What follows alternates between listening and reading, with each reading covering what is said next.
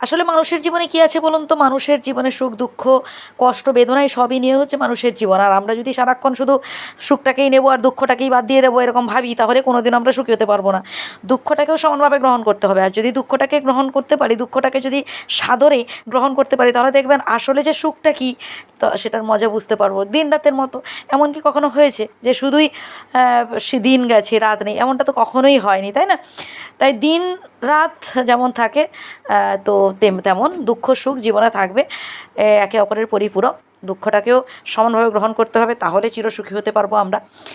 আর হচ্ছে এদিকে দেখুন, আমি রেশন থেকে যে আটাগুলো পেয়েছি ভালো করে আমি, কারণ ওই আটার মধ্যে হচ্ছে পোকা থাকতে পারে বা হয়তো নোংরা থাকতে পারে, তো যাই হোক আমি ভালো করে ঝেড়ে নেব ছাঁকনিতে। এরপর ভালো করে মাখিয়ে নিচ্ছি লবণ দিয়ে। আপনারা অবশ্যই কমেন্ট করে জানাবেন আপনারা রাতে রুটি নাকি ভাত খান। বন্ধুরা একটা কথা বলি, আমার না রাত্রে রুটি খেতে ভীষণ ভালো লাগে, বিশেষ করে শীতকালে গরম গরম রুটি আর তার সাথে হচ্ছে গুড়। বন্ধুরা আপনারা গুড় খেতে ভালোবাসেন তো অবশ্যই কমেন্ট করে জানাবেন। রুটির অনেক উপকারিতা রয়েছে, আপনারা তো জানেন। এর সাথে সাথে আরও একটা কথা বলে দিই, সন্তানকে না সুসন্তান গড়ে তুলতে হবে, বুঝলেন বন্ধুরা?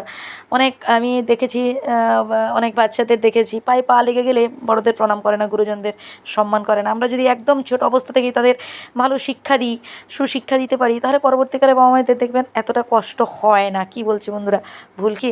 অবশ্যই কমেন্ট করে জানাবেন। দেখুন রেজাল্ট যাই করুক না কেন, 100তে 100 পাওয়ার দরকার নেই, কি ফার্স্ট হওয়ারও দরকার নেই।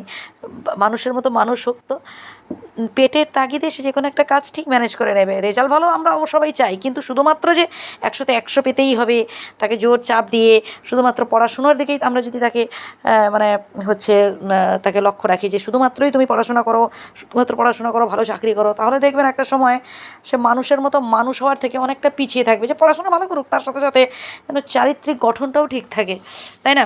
আর এদিকে দেখুন আমি বেশ সুন্দর করে আমি ডো মাখিয়ে নিলাম। এবার মাখিয়ে নেওয়ার পর আমি কিছুক্ষণ এটাকে ঢাকিয়ে রেখে দেবো। আমি একটু বিকেল থেকেই মানে সন্ধ্যের আগে থেকেই আমি রুটি টুটি করে সব একদম রেখে দিই হটপটে, যাতে করে শীতকালে একদম মানে চুপচাপ লেপ মুড়ি দিয়ে বসে থাকবো আর বসে বসে টিভি দেখবো। তারপর টিভি দেখা শেষ হলে গরম গরম রুটি আর তার সাথে গুড়, রুটি গুড় আমার তো ভীষণ ভালো লাগে।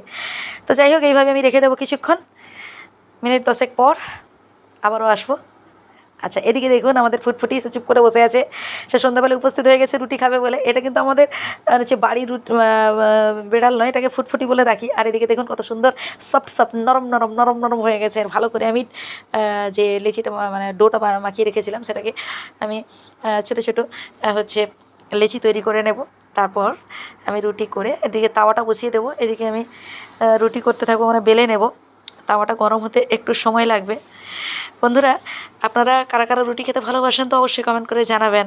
আর একটা কথা বলি, যখন আমরা বাচ্চাদের অনেক সময় শিক্ষা দিই, এই বাবা তোমাকে এটা দিয়েছি তুমি একাই খাবে, তুমি অন্য কাউকে দিও না। আমরা ছোটো বাচ্চাদের অনেক সময় এইভাবে বলি, আমি যে টিফিনটা দিয়েছি স্কুলে তুমি একাই খাবে, কাউকে দেবে না, তুমি একাই খাবে, আমি দেখবো তুমি অন্য কাউকে দিয়ে দিচ্ছ কিনা। বন্ধুরা একটা কথা বলি, যদি আমরা ছোটো অবস্থা থেকেই তাদের এভাবে শিক্ষা দিই যে সবার সাথে ভাগ করে খাও, সবার সাথে মিলেমিশে থাকো, তাহলে দেখবেন পরবর্তীকালে না দেখবেন আপনার সন্তান সত্যি খুব ভালো হবে। কারণ সে যদি শৈশব অবস্থা থেকে এই জিনিসগুলো, এই সুশিক্ষাগুলো পেয়ে যায় যে না সবার সাথে শেয়ার করে খাওয়া, সবার সাথে ভাগাভাগি করে কোনো জিনিস মানে নেওয়া, তাহলে কি হয় দেখবেন তার মধ্যে ভালো ভালো শিক্ষাগুলো সে প্রথম থেকেই এতে অভ্যস্ত হয়ে যায়, তাই না? আর এদিকে আমার রুটি করা হয়ে যাচ্ছে, দেখুন আমি খুব দ্রুত রুটি করে ফেলছি। আর রুটিগুলো কত সুন্দর ফুলবে দেখবেন বন্ধুরা। আমি আমাদের উনুনও আছে, গ্যাসও আছে। আসলে আমি হচ্ছে এই শীতকালটায় আমি বেশি উনুনে যাই না। এদিকে দেখুন আমার রুটিগুলো মোটামুটি তাওয়াতে হালকা একটু ভেজে নেওয়ার পর এই দেখুন কত সুন্দর ফুলে যাচ্ছে। ভিডিওটি কেমন লাগলো অবশ্যই কমেন্ট করে জানাবেন। সবাই ভালো থাকবেন, সুস্থ থাকবেন, ধন্যবাদ।